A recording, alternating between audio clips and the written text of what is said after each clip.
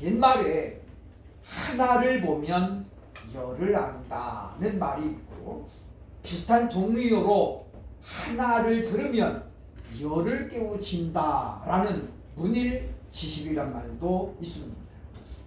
약간의 비약이 좀 섞여진 그런 말이라고도 볼 수 있습니다만은, 그만큼 사람의 말 한마디, 행동 하나에는 담겨진 내용들이 많이 있다라는 걸 우리에게 깨우치는 그런 사자성어라고 볼 수 있습니다. 하나님의 나라를 간절히 소망하는 사람과 메시아의 오심을 소망하는 사람에게는 공통점이 있습니다. 그것은 뭐냐면 얼마나 하나님의 나라를 또 메시아를 간절히 사모하면서 살고 있는가라는 공통점이 있다고 하는 것이죠. 우리 보면 몸에 불망하다라는 말이 있어요. 그죠? 몸에 불망하다. 언제 오실지 모르지만은 그야말로 학수고대하는 자세를 우리에게 말하는 그런 내용이라고 볼 수 있습니다. 우리는 그동안 기다림에 대해서 주제를 가지고 그동안 말씀을 들어보면서 기다리는 사람의 마음 자세는 어떠해야 되며 또 어떤 간 가운데 무엇을 하면서 기다려야 되는가를 중점적으로 살펴보았습니다. 그리고 오늘은 본문에 지금 소개가 되고 있는 안나라고 하는 여자 선지자를 통해서 과연 그는 무엇을 하면서 메시아를 기다렸는지 그의 한번 삶을 우리가 돌아보면서 그를 통해 주시는 하나님의 교훈의 말씀을 이 시간 우리가 듣기를 원합니다. 그래서 우리가 이제는 이 선지자의 삶의 모습을 돌아보면서 우리의 삶에도 좀 적용을 해보고 과연 안나라는 사람과 오늘 우리는 정말로 따라갈 수 없는 차원이 다른 사람인가 라는 것을 볼 때에 그렇지 않다라는 결론을 이르게 됩니다. 안나나 오늘 우리나 똑같은 사람이고 성정이 비슷한 사람이라는 결론을 내릴 수 있기 때문이라고 하는 것입니다. 다만 그에게는 흔들림이 없는 소망이 있었다는 거죠. 우리도 소망을 가지고 살아갑니다마는 우리가 가진 소망은 자꾸만 흔들리기도 하고 있다가도 없어지는 그런 아쉬움을 남기고 있기 때문에 차이가 있다라고 볼 수 있다라고 하는 것입니다. 이제 2014년은 이제 역사 속으로 흘러가게 됩니다. 대통령 탄핵이라고 하는 초유의 사건이 있었던 충격적인 2014년은 이제 며칠 남지 않고 역사의 뒤안길로 살아가게 될 것입니다. 따라서 우리는 다가오는 2025년을 우리가 어떤 마음을 가지고 맞이해야 될지 스스로가 점검도 해보고 계획도 세워보고 다시 한번 이걸 내가 할 수 있는가라는 그런 점검 작업이 필요하다라고 볼 수 있다고 하는 것입니다. 우리는 소망을 가지고 사회를 바라봐야 됩니다. 우리 중에 어떤 사람도 내년에는 올해보다 못할 것이다. 그렇게 마음을 갖고 있는 사람은 아무도 없을 것입니다. 물론 내년에도 올해만치 않은 어려움이 예상되고 있습니다. 조기 대통령 선거를 할 수도 있고 어쨌든 우리가 지금 불분명한 불확실한 그런 일들이 우리에게 지금 많이 다가오고 있잖아요. 그럼에도 불구하고 우리는 2025년에는 분명히 내 생애에도 우리 교회도 달라질 것이라는 그런 소망이 있기 때문에 우리가 2025년을 기다릴 수 있다라고 볼 수 있다라고 하는 것입니다. 믿음의 사람 안나는 과연 어떻게 메시아를 기다렸을까요? 첫째로 오늘 보면 36절로 37절을 보면 건강관리를 잘하면서 메시아를 기다렸다라고 우리에게 알려주고 있습니다. 본문 37절을 보면 과부가 되고 84세가 되었더라 라고 설명합니다. 이때가 지금으로부터는 2000년 전입니다. 참고로 비교를 해보면 조선시대 사람들의 평균 수명이 얼마였냐면 서울대 의과대학의 황상희 교수는 여러 문헌을 조사하고 해가지고 이렇게 발표했습니다. 조선시대 평균 수명은 35세 정도였다. 그러면 오늘날 지금 현재 절반도 안 되는 그런 나이라는 겁니다.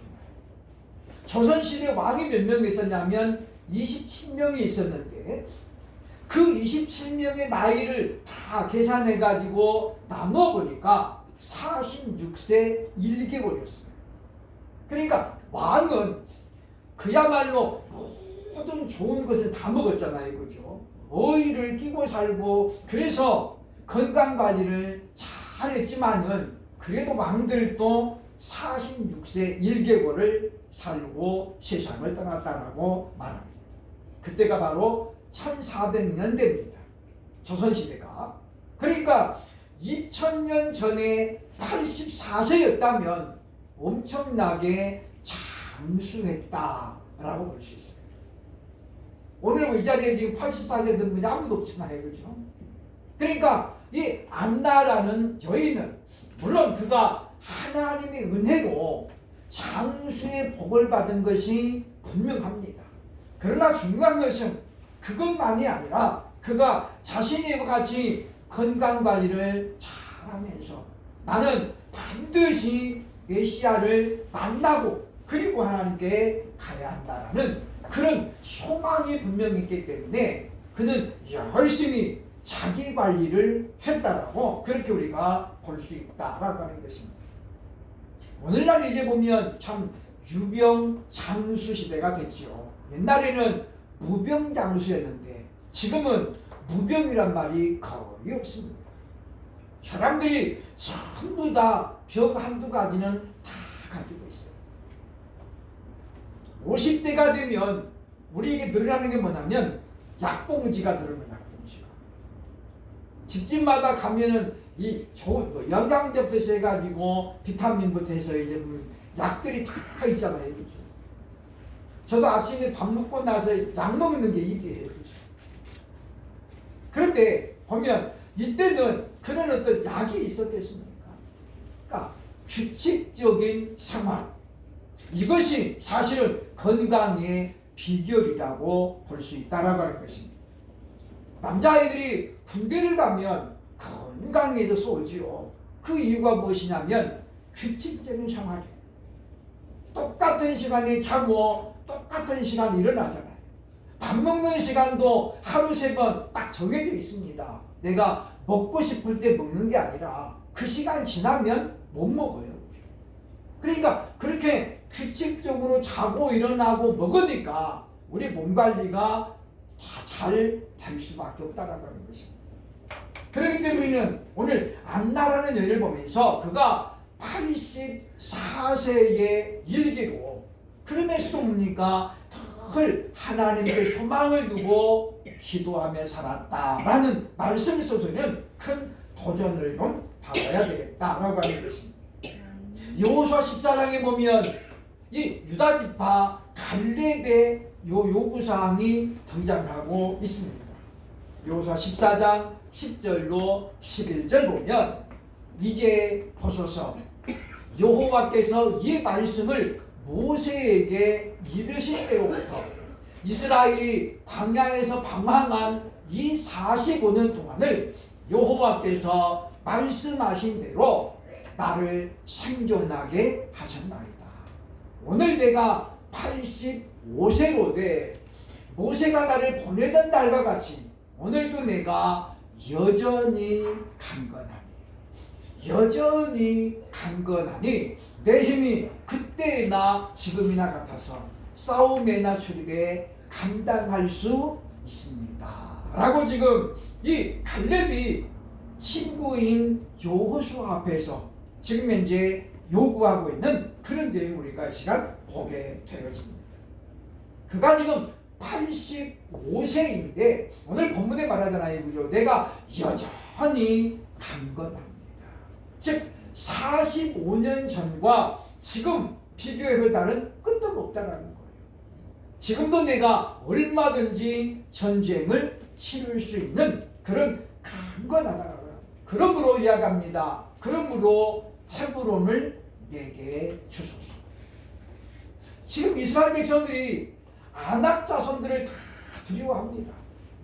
그러니까 40년 전에 12명의 정탐꾼들이 우리는 그들 앞에 메뚜기입니다 라고 말했던 근거가 뭐냐? 그 12명의 정탐꾼들이 뭘 봤냐면 거인 족속을 봤거든요. 아낙 자손들을 봐서 아낙 자손들. 키가 2m 40에서 2m 70이 되는, 그러니까 우리보다 뭐 보통 2배 이상 넘잖아요. 그죠? 2배.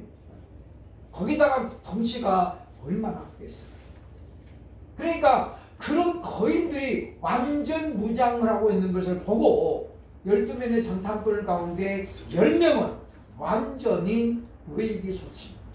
그야말로 기가 죽었잖아요. 이 갈렙은 그때도 거인 자손들을 봤습니다. 그리고 지금 헤브론에는 그 거인 자손 중에서도 가장 큰 족속들 아낙 자손들이 이 헤브론을 지키고 있는 거예요. 그런데도 불구하고 갈렙이 그런 모든 상황을 알면서도 이 산지를, 즉 헤브론을 내게 주옵소서. 무엇 때문입니까? 전능하신 하나님이 나와 함께 하시면 내가 저들을 분명히 몰아낼 것이라는 믿음이 있었기 때문이죠.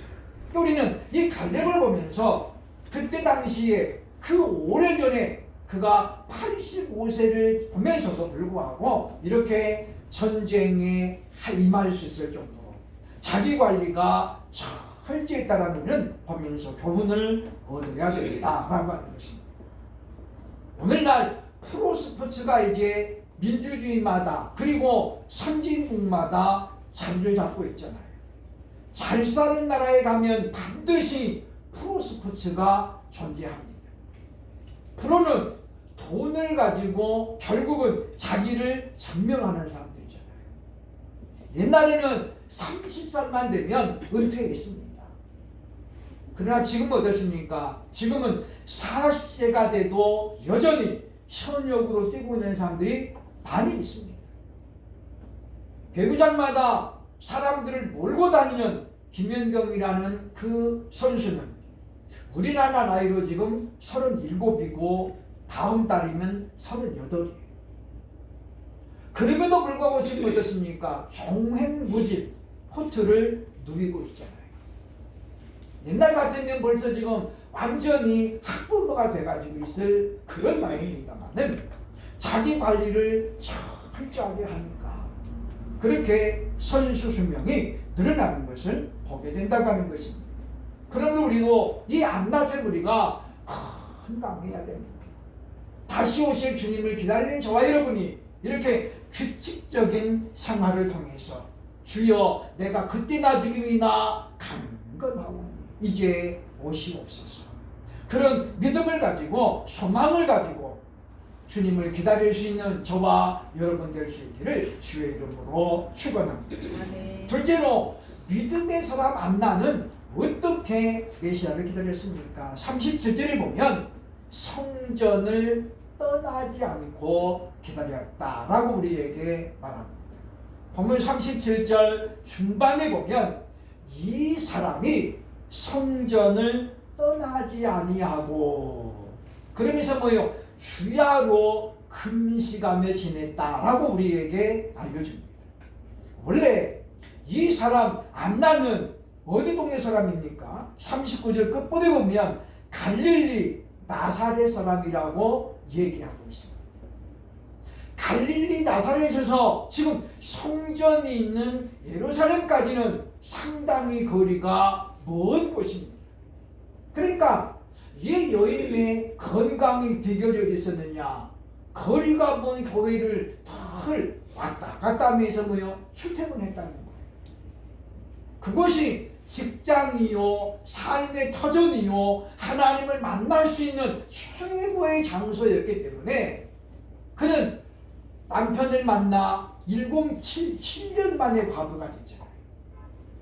그런 그는 갈릴리에서부터 예루살렘까지를 수시로 이제 다니면서 그러면서 하나님 앞에 기도했다라고 볼 수 있습니다. 여기 지금 성전을 떠나지 아니했다라는 말을 우리가 오해하면 안 돼요. 이건 뭐냐면 이분이 완전히 그냥 이불 보따리 싸고 와가지고 예배당에서 살았다 그런 말이 아닙니다.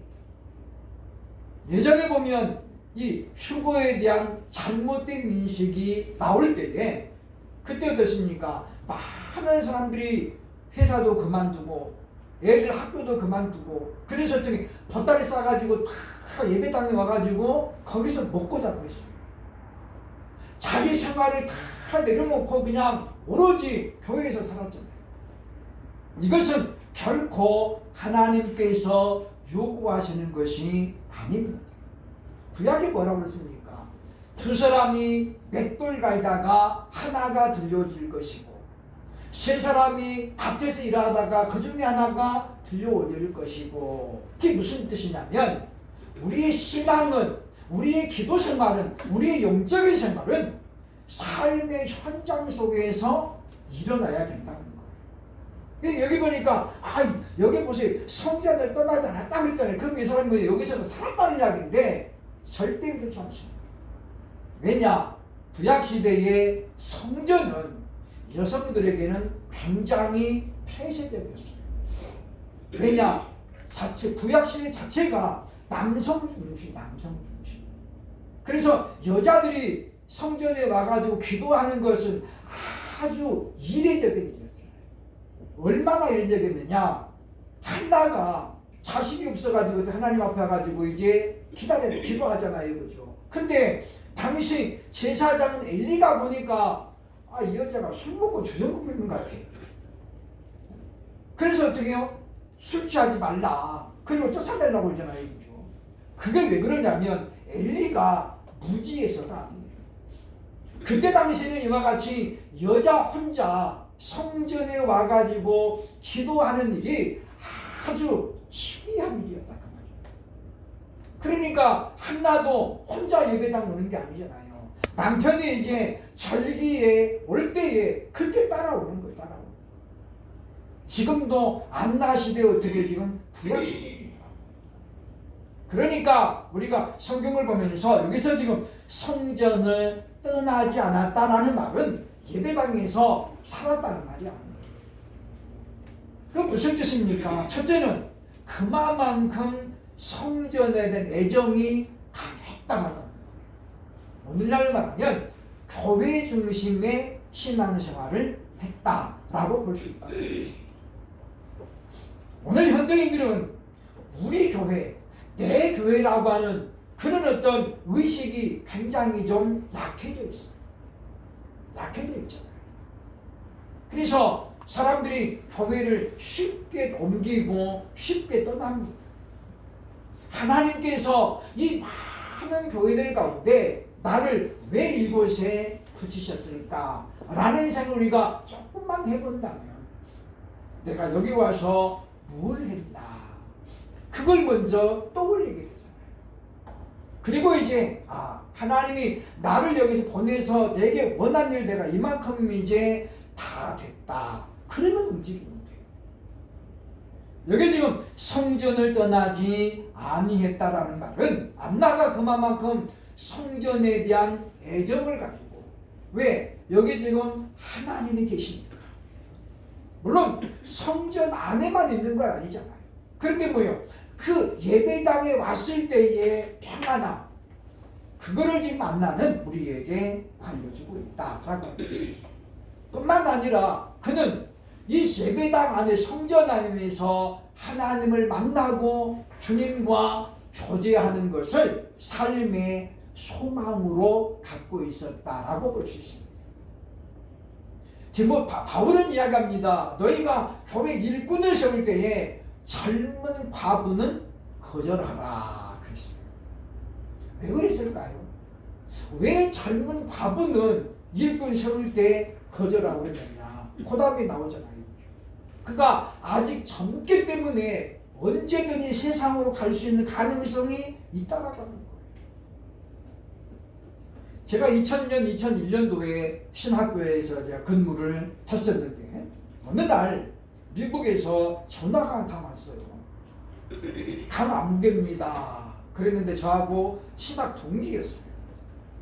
그분이 이제 제가 이야기를 하니까 그래요. 그래서 나도 아주 반가워가지고 얘기를 하는데 왜 전화했느냐면 신학교 4년 성적증명서를 좀 떼어가지고 보내달라. 이분이 누구냐면 30살 되자마자 혼자 돼가지고 오직 예수님만 바라보고 그래서 신학해가지고 수원에다가 공부 개척했어요. 4학년 되자마자 개척했거든요. 그러니까 뭐 30살 좀 넘었으니까 이제 뭐 완전히 아가씨가잖아요. 그죠?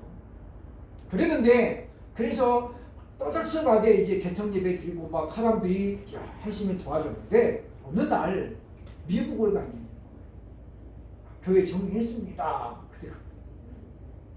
알고 보니까 아주 그냥 180cm 되는 멋진 남자가 프로포즈를 한 거예요. 그래가지고 어떻게 오직 예수님만 바라보고 나 목회만이 살 겁니다. 그랬던 여자분이 거기에 그냥 혹 넘어가가지고 정리하고 미국 가버린 거예요. 그래서 바울이 젊은 과부는 거절하라. 왜냐? 어떻게 될지 몰라요. 백마탄 왕자가 나타나면 그냥 뒤도 안 돌아보고 갈 수 있는 사람이 우리 사람이에요. 그런데 안나는 어땠다는 거예요? 7년 살고 혼자 됐으니 나이가 많으면 20대 초반이에요. 안 그러면 20대 중반이에요. 왜냐? 이때 당시에는 여자들 나이가 결혼 정년경이 15세 전후였거든요. 우리 어머니가 19살 때 시집을 왔습니다. 그렇다고 해서 기본된 사람이 아니에요. 그렇죠? 우리 어머니 1930년생이에요. 그때도 10대 때 결혼했어요. 그러니까 이때 지금 이 안나는 그가 온전히 하나님께만 시선을 주고 있지 않으면 얼마나 많은 유혹이 있었겠어요. 물론 안나가 뭐 얼마나 예뻤는지는 몰라요. 성경이 말하지 않으니까. 그래서 우리가 그런 걸 보면 여기 지금 성전을 떠나지 않았다라는 말은 이와 같이 그가 성전에 대한 강한 애정 그리고 그 예배당 안에서 하나님과 교제하는 금식하며 기도하며 하나님과 교제하는 것을 최고의 소망으로 그가 지금 간직했다고 하는 거예요. 왜 그는 이와 같이 성전 중심의 기도를 고집했을까요?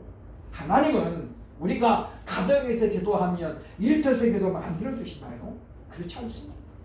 분명히 역대하 7장 15절 16절에 보면 이렇게 말합니다. 이제 이곳에서 하는 기도에 내가 눈을 들고 귀를 기울이리니. 하나님이 하신 말씀이죠. 이곳에서 하는 기도에 내가 눈을 들고 귀를 기울이겠다. 왜냐하면 내가 이미 이 성전을 택하고 거룩하게 하여 내 이름을 여기에 영원히 있게 하였습니다. 내 눈과 내 마음이 항상 여기에 있으리라고 하나님께서 약속하셨기 때문입니다. 그러니까 우리가 이 예배당은 똑같은 건물인 것 같아도 하나님이 선택했다고 하는 거예요. 여기는 내 집이다. 그래서 한번 예배당으로 쓰이는 건물은 계속해서 예배당으로 쓰이는 확률이 높습니다. 우리 저쪽에 신정 사동에 있을 때 그분도 이제 교회 안 줄 거예요. 막 그랬잖아요. 그렇죠? 근데 계속해서 교회가 들어와요. 지금도 교회가 들어와 있잖아요. 왜냐? 하나님께서 뭐라고 그러십니까? 내 이름을 여기에 두게 하였다. 그분이 예수를 안 믿고 교회에 굉장히 부정적이지만은 그래도 어떻게 해요? 하나님이 선택했기 때문에. 저는 지금도 기억합니다. 제가 자전거 타고 가다가 이제 전화번호를 보고 전화를 했거든요. 그분이 교회 안 줍니다. 그러더라고요. 교회 안 줍니다. 내가 궁금하잖아요. 그렇죠? 왜 교회 안 줍니까? 그때 두 가지 이야기 하는데 자기 친구들 가운데 건물 주인들이 많이 있는데 지하실에 세를 줬는데 공통점이 있더라는 거예요. 교회가 부흥이 안 되니까 월세를 안 낸다는 거예요. 두 번째, 계약 기간이 끝나서 나가라고 해도 안 나가는 거예요. 이 사람들이 고래심주의가 엉덩이가 얼마나 무겁던지 그냥 앉으면 안 나간대요. 그래서 그냥 나중에는 건물 주인들이 이삿짐 비용까지 줘가면서 제발 좀 나가달라고 사정을 해야 그때 나가더라는 거죠. 그래서 이분이 그걸 보고 교회는 절대 주면 안 되겠다. 그랬는데 제가 그날 바로 계약했잖아요. 제가 무슨 말을 잘해서 그랬나요? 아니잖아요. 그죠? 하나님이 간섭하시니까. 그리고 그날 저녁에 남편하고 대박 싸웠대요. 남편이 누구 마음대로 교회 줬냐고. 당장 계약 파손하고. 그 다음 내가 제가 전화하니까 우리 아저씨가 막 난리가 났다고. 이거 계약서 안 된다는 거예요. 근데 부동산에서 뭐라고 그러냐면 위약금 2배로 물어야 됩니다. 그러니까 위약금 2배로 물어야 되니까 200만 원 제가 계약금을 줬는데 400만 원을 물어줘야 되잖아요. 이것 때문에 이분이 이제 이분이 꼬리를 내린 거예요. 아무것도 안 했는데 400만 원 물어줘야 되잖아요. 그러니까 그냥 계약하세요. 그래가지고 제가 10년 가까이 있었잖아요. 하나님이 하시는 일은 사람의 상상을 초월합니다. 그러니 우리도 여기 지금 이 안나처럼 우리가 성전을 떠나지 않았다. 나는 교회 중심의 신앙을 했다는 거예요. 그리고 온전히 이 예배당 안에서 주님과 교제를 큰 소망으로 알았다는 이야기입니다. 그러므로 저와 여러분들과 같이 참으로 교회를 사랑하는 마음으로 우리 교회라는 그런 인식 속에서 참으로 믿음 생활을 힘쓰는 우리 모두가 될 수 있기를 주의 이름으로 축원합니다. 마지막 세 번째, 안나는 어떻게 메시아를 기다렸습니까? 38절, 39절 보면 메시아를 증거하는 소망을 가지고 살았다라는 거예요. 메시아가 오시면 나는 그 메시아를 반드시 전할 거야. 전하고 말 거야. 이 소망이 그를 이와 같이 지금 84년 동안을 지탱하게 만든 원인이 되었다. 그래서 오늘 38절 이렇게 말합니다.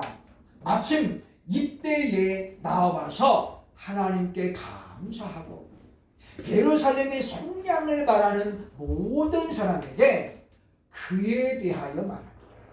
그에 대하여 말했다. 이 그가 누구예요? 메시아의 예수님이잖아요.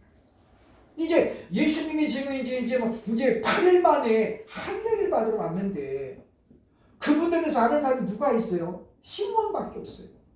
근데 안나도 이 아기 예수를 알았거든요. 그래서 지금 그에 대하여 말하니라. 사람들에게 오신 메시아 그리스도를 마음껏 전하면서 그가 이제 자신의 고향으로 본 동네 나사렛으로 갔다라고 오늘 성경 우리에게 말씀해주고 있다고 하는 것입니다. 많은 사람들이 소망이 이루어지면 그때 가서 이제 변심을 합니다. 그렇잖아요, 그죠? 우리의 소망이 간절한 소망이 이루어지면 우리는 그 다음에 뭐 할까요? 우리는 또 다른 꿈을 꿉니다. 그렇잖아요, 그죠? 저는 지금까지 많은 분들의 간증을 들어보면서 또 우리가 다니엘 기도도 우리가 봤습니다만은 하나님께서 왜 개척교회 목사들에게는 로또 1등을 안 주실까? 실제로 보면 작년에도 이번에도 우리가 봤습니다만 어떤 분이 로또 1 사가지고 하나님 앞에 기도했대잖아요. 하나님이 5,000원짜리 딱 하나 붙여주셨대요. 그러면 왜 하나님은 이렇게 어렵게 하는 분들에게 1등 안 줄까요?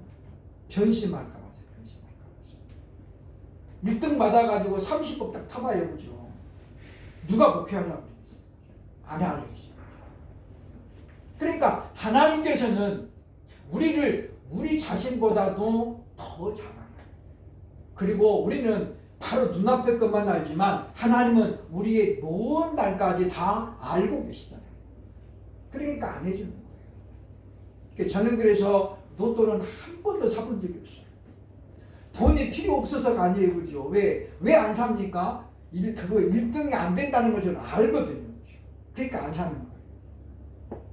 그래서 우리가 보면 사람들이 꿈이 이루어지면, 소망이 이루어지면 그때는 정말로 더 잘할 것 같은데 아니더라고요.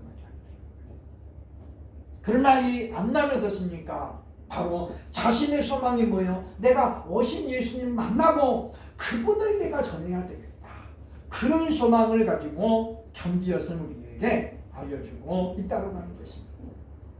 저는 말씀을 준비하면서 오래전에 제가 책을 통해 봤던 하나의 예화가 떠올랐습니다. 화장실 2칸 가진 소망을 가진 사람이 있다는 거죠. 남들 쉴 때 안 쉬고 주말에도 2개의 직장을 가지고 뛰면서 정말 대출 조금 받아가지고 집을 사는 것이 목표였던 사람. 그래서 마침내 화장실 2개 딸린 집을 샀습니다. 안방에도 화장실이 있고 거실도 있는 거죠. 그래서 자신의 절친들을 불러 모아가지고 그날은 이제 일도 안 가고 우리 집들이 하자. 음식을 정말 많이 준비해놓고 잔치를 벌이고 이 아저씨가 화장실 간다고 가더니 30분이 지금 안 오는 거. 이미 분위기는 그냥 쫙 무르익어가지고 그 기분이 좋은데 아내가 보니까 남편이 안 보이는 거예요. 화장실 갔다고 갔는데 안 나와. 가서 보니까 어떻게 해요? 화장실에 넘어져가 뇌진탕으로 그냥 죽어요. 거기 미끄러워가지고 넘어졌는데 사람들이 그냥 막 잔치가 부르니까 쿵 소리 못 들은 거예요. 빨리만 들었으면 살았을 텐데 거기 문 닫고 들어가가지고 있다 보니까 아무도 못 들은 거예요. 화장실 2개 딸린 집 샀는데 그 사람 어떻게 거기서 누려보지를 못하죠. 그래서 하나님을 떠난 소망은 우리에게 복이 아닙니다. 그러니까 우리 자녀들이 성공하기를 다 바라잖아요. 그런데 예수님 없는 성공은 절대로 좋은 것이 아닙니다. 예수님 없는 자녀가 소망이 이루어지면 어떻게 돼야 돼요? 부모들하고는 거의 멀어집니다.